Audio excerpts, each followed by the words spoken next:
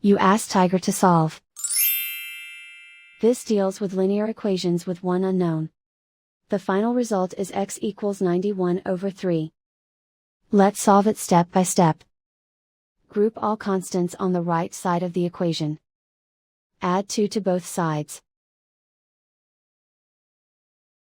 Simplify the arithmetic.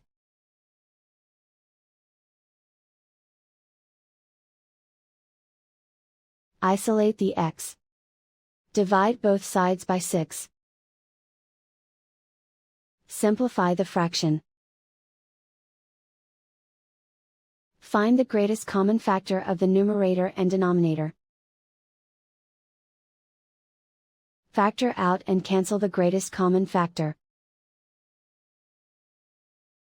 And so the final result is x equals 91/3.